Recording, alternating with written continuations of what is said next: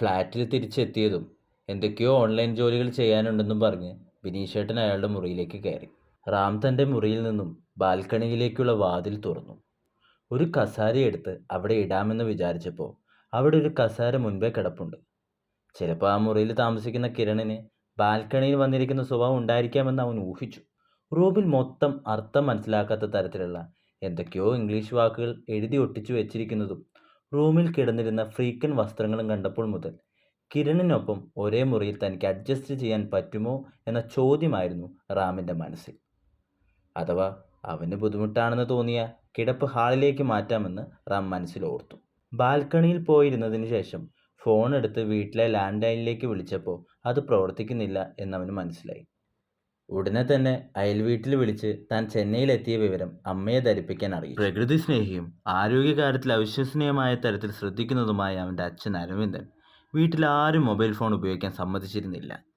ആവശ്യമുള്ളപ്പോൾ മാത്രം ഓണാക്കി ഉപയോഗിക്കണം എന്ന വ്യവസ്ഥയിലാണ് ചെന്നൈയിലേക്ക് പോരുമ്പോൾ റാമിൻ്റെ അച്ഛൻ ഒരു മൊബൈൽ ഫോൺ വാങ്ങിക്കൊടുക്കുന്നത് പോലും.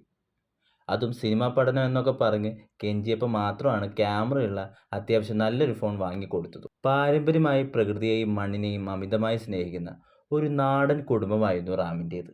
അവൻ്റെ അച്ഛൻ 4 ഏക്കറോളം വരുന്ന സ്ഥലത്ത് പലതരം പച്ചക്കറികളും പഴവർഗ്ഗങ്ങളും ഉൾപ്പെടെ നെല്ല് വരെ കൃഷി ചെയ്യുന്നുണ്ടായിരുന്നു. വീട്ടിലെ ആവശ്യങ്ങൾ കഴിഞ്ഞുള്ള ഭക്ഷ്യവസ്തുക്കൾ വിൽക്കും. ജൈവ പച്ചക്കറികളും പഴങ്ങളും വാങ്ങാൻ റാമിൻ്റെ വീട്ടിലേക്ക് എന്നും അനവധി ആളുകൾ വന്നെത്തിക്കൊണ്ടിരുന്നു. ചെറുപ്പത്തിൽ റാമിന് അച്ഛനോട് ഭയങ്കരമായ വെറുപ്പായിരുന്നു. പിന്നീട് വളർച്ചയുടെ ഓരോ ഘട്ടങ്ങളിലും അച്ഛൻ്റെ ചെയ്തികളും പറയുന്ന കാര്യങ്ങളും അവനെ കൂടുതൽ ഇരുത്തി ചിന്തിപ്പിച്ചു. താനും കുടുംബവും അനുഭവിക്കുന്ന മനഃശാന്തിയും കലർപ്പില്ലാത്ത അന്നവും സമൂഹത്തിൽ ജീവിക്കുന്ന ഭൂരിഭാഗം ആളുകളുടെയും സ്വപ്നമാണെന്ന് തിരിച്ചറിഞ്ഞ നാൾ മുതൽ അച്ഛൻ അവൻ്റെ റോൾ മോഡലായി മാറി. ആ അച്ഛനെ കണ്ട് വളർന്നതിനാൽ അവനിലും ചില പ്രത്യേക ലക്ഷ്യങ്ങളുണ്ടായി. അങ്ങനെ ഒരു ലക്ഷ്യമായിരുന്നു സിനിമാ പഠനവും പുസ്തകമെഴുത്തും. പുസ്തകമെഴുത്തിനെ അച്ഛൻ പൂർണ്ണമായും പിന്തുണച്ചു. പക്ഷേ സിനിമാ പഠനം അയാൾക്ക് ദഹിക്കുന്ന ഒന്നായിരുന്നില്ല. അച്ഛനെ പറഞ്ഞ് സമ്മതിപ്പിക്കാനായി അമ്മയും അനുജത്തിയും അവൻ്റെ ഒപ്പം കൂടി. ഒടുവിൽ 1 വർഷത്തെ ഫിലിം ഡിപ്ലോമ കോഴ്സ് ചെയ്യുവാൻ അവനെ അച്ഛൻ അനുവദിച്ചു. തമിഴ്നാടും അവിടുത്തെ ആളുകളുടെ ജീവിതശൈലിയും റാമിന് എന്നും ഒരു കൗതുകമായിരുന്നു. താൻ ആദ്യമായി എഴുതുന്ന പുസ്തകത്തെ തമിഴ്നാടുമായി ബന്ധപ്പെടുത്തുവാൻ അവൻ പരമാവധി ശ്രമിച്ചുകൊണ്ടിരുന്നു. വല്ലപ്പോഴും തമിഴ്നാട്ടിലെ ക്ഷേത്രങ്ങൾ സന്ദർശിക്കാൻ പോയിട്ടുള്ള അനുഭവങ്ങൾ കൊണ്ട് ഒരു കഥ മുഴുവിപ്പിക്കാൻ സാധിക്കില്ല. അങ്ങനെയാണ് തമിഴ്നാട്ടിലെ സിനിമാ പഠനത്തെപ്പറ്റി അവൻ ഗൗരവമായി ചിന്തിച്ചത്. ഒടുവിൽ മനീഷേട്ടൻ്റെ ചേട്ടനെ വിളിച്ച് ചെന്നൈയിലെ മികച്ച ഫിലിം സ്കൂളെ പറ്റി അന്വേഷിക്കുവാനും ചട്ടം കിട്ടി.